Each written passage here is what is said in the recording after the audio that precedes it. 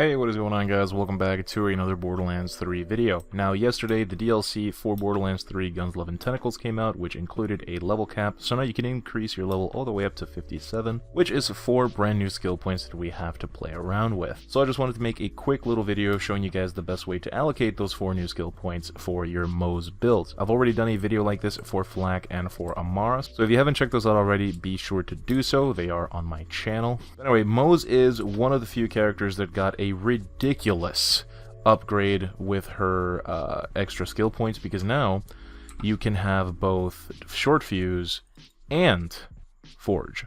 So usually before you had to choose between the two, now you don't have to. Now you can just have both capstones in one setup, and it is absolutely amazing. So this is basically the same build, but it does have a slight variation, and it depends on what kind of weapons you're using. The first one I'm going to show you guys is designed to be used with sort of like SMG type weapons, basically weapons with big magazines that you can keep shooting for a long time. So this is stuff like the Kibsworth, the Hyperfocus, the Redistributor, Boom Sickles, all that kind of stuff. So let's start with her green tree. Here I'm going to max out Cloud of Lead because this is just a staple skill. Every 4 shots you don't consume ammo, and you deal bonus incendiary damage, which is fantastic. We're going to pick up Stoke the Embers for even more incendiary damage, as well as redistribution. This is what's going to help us regen our magazines and keep shooting for a long time, in combination with Pull the Holy Pin. Anyway, you have to put 2 points down to move down the tree. I highly recommend putting them in match set just to increase your magazine a little bit. And then we're going to pick up Scorching RPMs as well as the Iron Bank, and then finally we can pick up some for the road. This is what's going to give you truly endless supply of ammo. I then put 3 points into Click Click because this is again just more gun damage as we keep shooting, and then finally Forge. Moving on to her blue tree here, again we're going to want to pick up as much splash damage as possible. I put 2 points into Grizzle just to move down the tree so we can pick up Pull the Holy Pin as well as Auto Bear. This is just kind of nice to have, I guess, but you can put this point and this extra point that we have to put in now anywhere else that you want to, really. We're going to max out Vampire to keep ourselves alive, and I like putting Why Can't I Carry All These Grenades. This is a really good skill. I like having more grenades, especially with Moze, and you don't really need the cooldown from this, to be honest. We're going to want to pick up to the last because if we ever do go down, this is going to help us tremendously. And then we just want to put 1 point into this just so we can have the functionality of it. But we mainly just want to use it to get down to short fuse and pick that up. Now you're going to have 3 points left over from that, and I'm going to recommend you put them into Armored Infantry.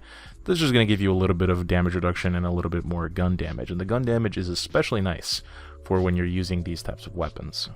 Now, if you're going to be using these types of weapons a little bit more, this is kind of a completely different setup. You're still going to want more or less the same things from the build, but there are going to be some slight variations because you don't want to increase your magazine size all that much. All you really want is some for the road from the green tree, and then of course you're going to want short fuse.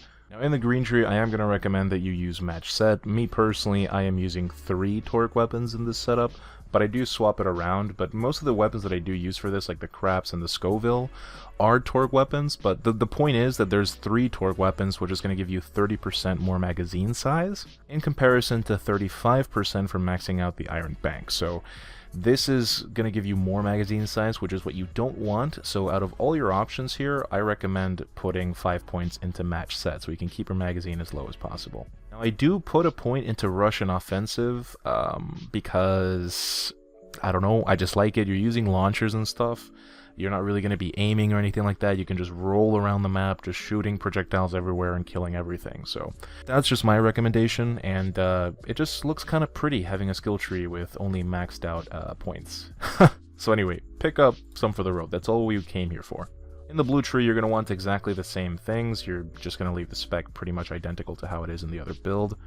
But with these 8 points, we can now invest them into our red tree and put 3 points into Drowning in Brass, which is going to give us a decent little chunk of gun damage. So this is going to be 36% more gun damage, which is really good for whenever you're using weapons like the Protuberance, the Scoville, and the Craps. These are really good weapons.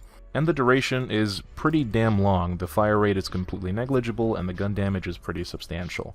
So this is a much better bang for your buck kind of thing in terms of skill points. So it all depends on the types of weapons that you prefer using. If you prefer using stuff like the Hyperfocus and the Redistributor, you're really going to want Forge. But if you're going to be using stuff like the Protuberance, the Lob, the Scourge, the Scoville, stuff like that, you're definitely going to want this increased gun damage, and you're not really going to benefit a whole lot from this, because you know, small magazine sizes aren't really going to regenerate a whole lot, and even if you increase them a lot by this, it's still going to be about 6 or 7 shots in the clip, so not really worth it. Anyway, I know that was really brief, and it's essentially only one build, and I just wanted to show you guys that this build, even on true takedown, and all of the gear being level 53, it still slaps.